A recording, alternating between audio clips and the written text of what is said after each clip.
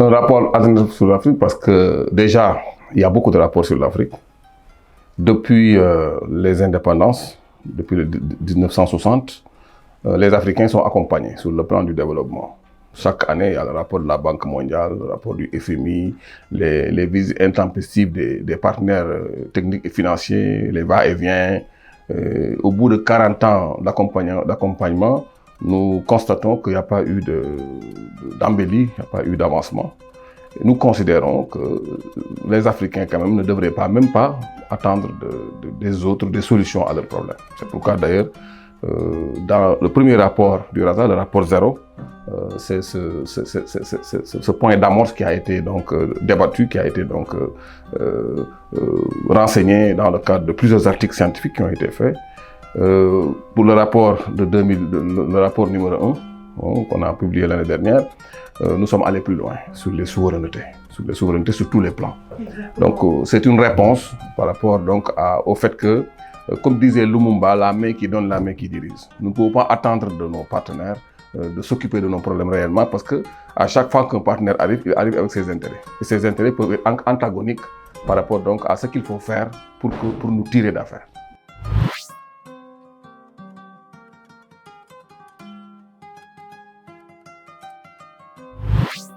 Effectivement, je pense qu'il ne faudrait pas commettre l'erreur de vouloir reproduire les modèles d'ailleurs. L'Afrique a ses spécificités, l'Afrique a ses réalités. L'Afrique a vécu une histoire qui n'est pas similaire à celle des autres. Ce qui fait que donc il y a une démarche spécifique à l'Afrique, une démarche propre à l'Afrique qu'il faudrait adopter.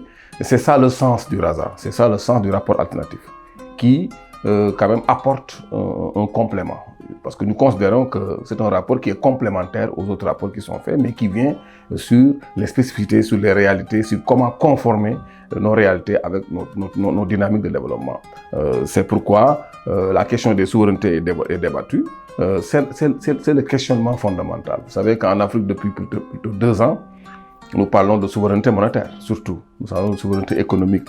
La Covid-19 est venue nous renseigner sur les autres souverainetés qu'il faut avoir, telles que la sécurité et l'autosuffisance alimentaire, la sécurité et l'autosuffisance sur le plan donc de la santé, et sur le plan des infrastructures. C'est pourquoi donc nous considérons aujourd'hui, au moment actuel, que l'Afrique a besoin de renouveau. L'Afrique a besoin de sang neuf. L'Afrique a besoin de nouvelles idées. Parce que les idées sont devenues caduques et ces idées-là ne nous ont pas permis de nous développer. C'est pourquoi donc nous nous activons dans le RASA pour apporter notre contribution.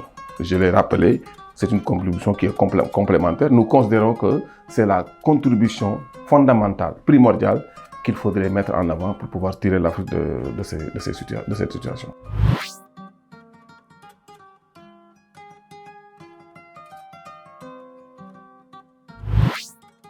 Vous savez, nous avons toujours eu ces problèmes-là. Les experts qu'on nous envoie en Afrique n'ont pas une connaissance approfondie des situations africaines. Les modèles d'absorption qui ont été adoptés dans le cadre des plans d'ajustement structurel n'ont pas été adoptés, n'ont pas été concoctés ou bien élaborés par des Africains. C'est des personnes un peu éloignées à l'Afrique qui n'ont pas une certaine maîtrise des situations africaines, des réalités africaines, qui nous ont fait ces propositions-là. Et jusqu'à présent, cela continue.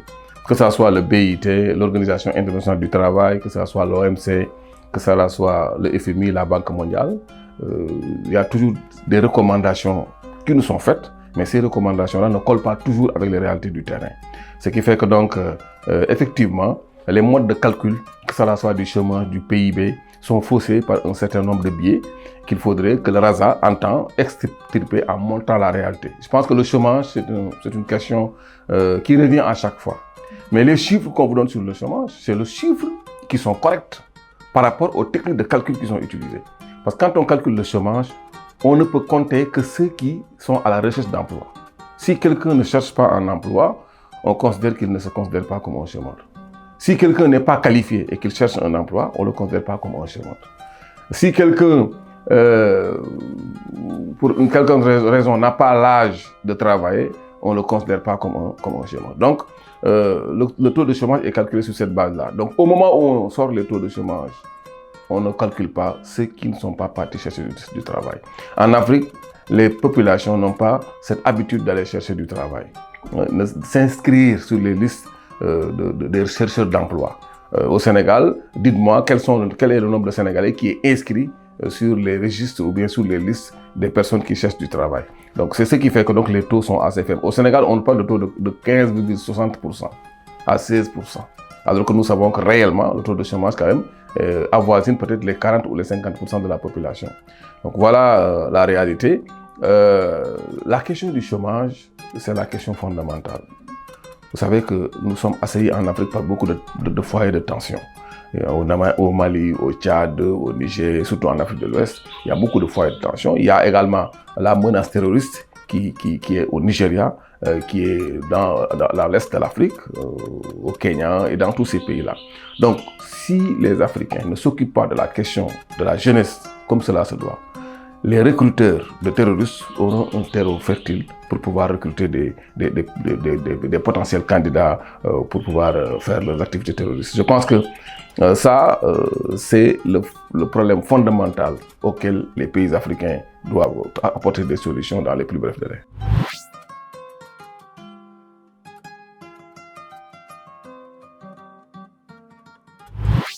De mon point de vue, la logique du RASA, c'est d'abord d'apporter les correctifs sur le plan de la gouvernance.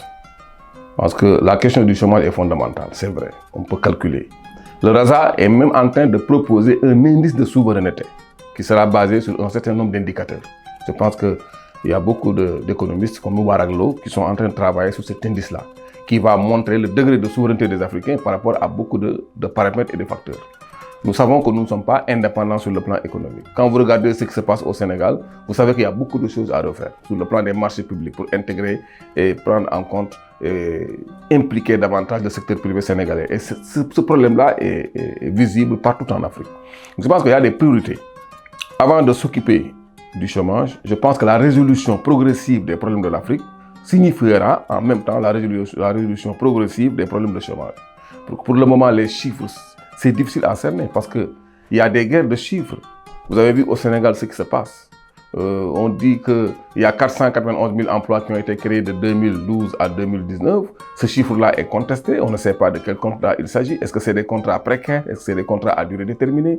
Quel est le niveau de salaire? Est-ce que c'est des contrats qui permettent de franchir le seuil de pauvreté? Tout ça n'est pas clarifié. On nous dit juste qu'il y a 500 000 emplois qui sont créés. Donc il y a beaucoup de problèmes avec les chiffres. Ces problèmes-là, donc, sont des problèmes qui s'expliquent également par les structures et les institutions qui s'occupent de ces calculs-là. Il faut les stabiliser d'abord. Je pense que donc la logique du RASA, c'est quoi? C'est que d'abord, il nous faut s'occuper des mécanismes de gouvernance. Il nous faut s'occuper des structures étatiques, des structures de gouvernance des institutions pour les stabiliser d'abord. Et c'est sur la base de ces institutions stables, fortes, solides, que le développement pourrait être amorcé dans les meilleures conditions.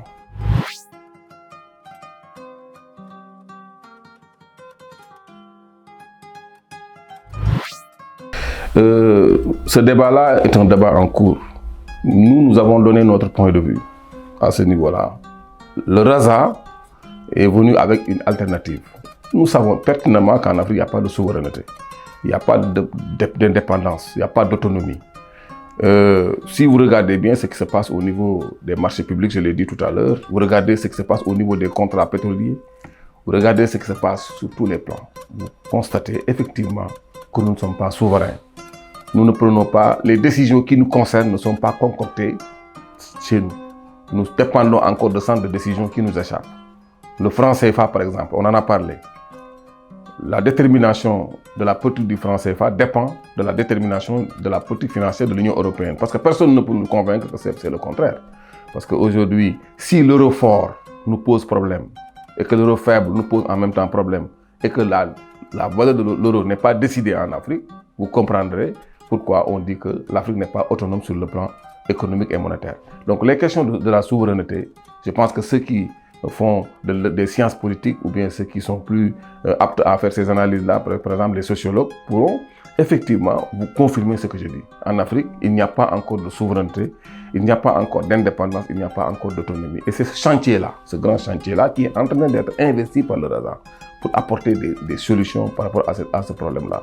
Nous ne considérons pas qu'en Afrique, il faille créer des déconnexions, il faille rompre les liaisons que nous avons avec les autres États. Non, loin de là. Nous sommes là pour dire comment repenser les liens de coopération, comment repenser les liens économiques, les relations économiques internationales, dans le sens de pouvoir maintenant, dorénavant, permettre aux Africains de tirer le épingle du jeu sur le plan économique.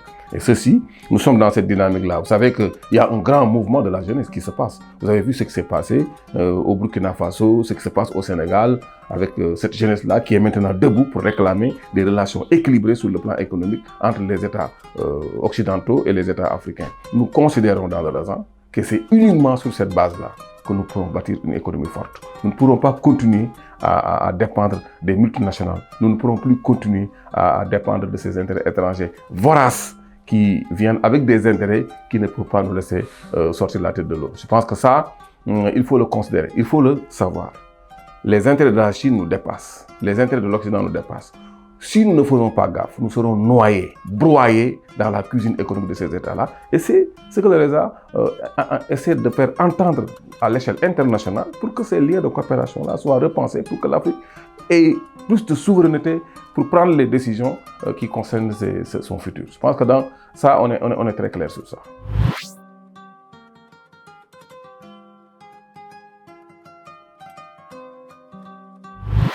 La Covid-19 ou le Covid-19, c'est un phénomène qui est venu nous donner plus d'enseignements. Il n'y en a pas que des effets négatifs, il y a des effets positifs. Ça nous a montré nos vulnérabilités, les vulnérabilités de nos relations internationales.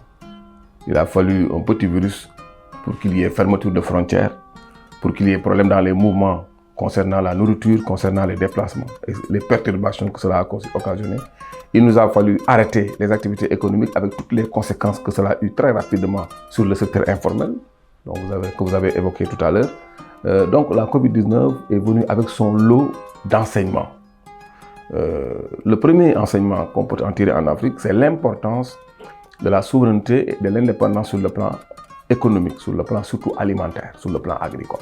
Et je pense que pour un pays comme le Sénégal, dans le cadre du PAP 2A, le plan d'action prioritaire accéléré et ajusté, une place importante a été maintenant donnée au secteur agricole. Ce qui fait que donc nous savons pertinemment que les conséquences de la Covid-19 ont été des conséquences terribles. Au Sénégal, nous nous attendions à un taux de croissance de 5% en 2020. Nous nous sommes contentés de 1,9%. Et jusqu'à présent, il y a eu un ralentissement. Pourquoi? Parce que nous avons un taux de croissance de 5,2% en 2020. Nous nous attendons en 2021, en 2022, nous nous attendons à un taux de croissance de 5,5%. C'est vrai qu'avec les recettes pétrolières et gazières, nous nous attendons à plus de 10% en 2023. Et ceci, il faudra attendre pour en connaître plus. Mais ce qu'il faut savoir, c'est que Covid-19, ça a été quand même une catastrophe économique sur tous les plans. Maintenant, on parle de relance. C'est vrai que le Sénégal s'est investi dans la relance. Mais pour relancer une économie, il faut avoir un secteur privé fort. Le maillon faible de nos économies, c'était le secteur privé fort. Vous savez que quand la Covid-19 a éclaté et que la pandémie s'est aggravée, tous les investisseurs sont partis chez eux, concoctés avec leurs États des plans de résilience. Le Maroc a pu mobiliser des milliards d'euros avec son secteur privé qui a contribué au Sénégal. Le Téléthon qu'on avait organisé, est-ce que ça a mobilisé plus de 20 milliards ou 25 milliards? Parce qu'il n'y a pas de secteur privé fort dans notre pays. Nous avons passé plusieurs années à négliger ce secteur privé-là qui aurait été là, qui, s'il était performant, aurait été là pour nous accompagner dans la résilience. Mais malheureusement, c'est ce secteur privé-là qui a fait défaut et qui fait qu'aujourd'hui, pour 1000 milliards planifiés dans le cadre de la résilience de force Covid-19, on a pu mobiliser moins de 800 milliards de francs CFA. Parce que le rapport qui a été fait en juillet 2021 montre qu'effectivement, nous n'avons pas atteint les 1000 milliards, même si, effectivement, le gouvernement a pu assurer quand même une mobilisation de fonds assez positive, assez conséquente. Pour vous dire simplement que c'est ce secteur privé-là maintenant qui doit être le point focal de toutes nos stratégies économiques pour que prochainement, s'il y a des pandémies comme cela, qu'on puisse avoir le secteur privé et les forces économiques qui nous permettront d'être plus résilients.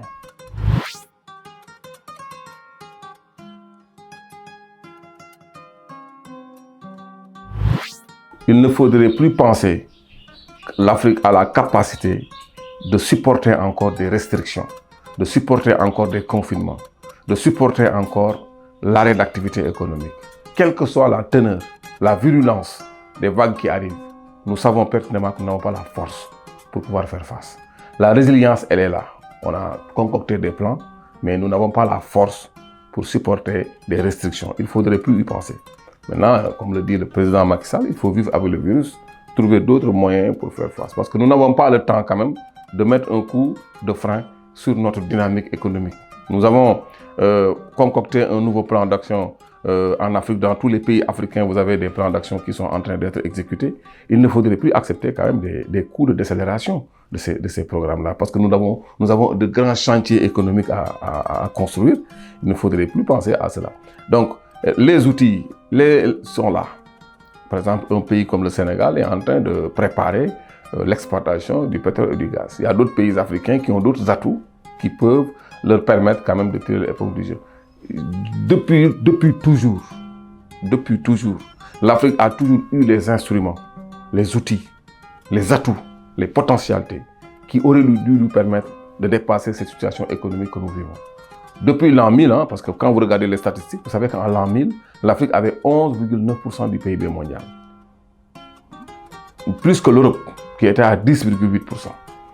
Les États-Unis étaient à 0,2% de PIB mondial. 0,7% du moins.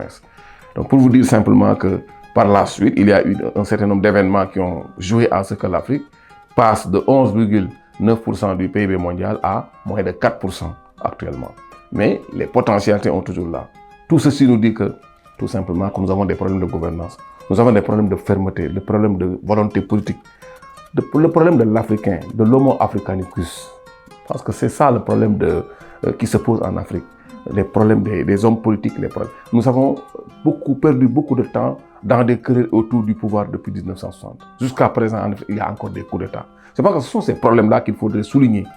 Mais il n'y a pas de problème d'atout, de potentialité économique en Afrique. Nous avons tous les atouts.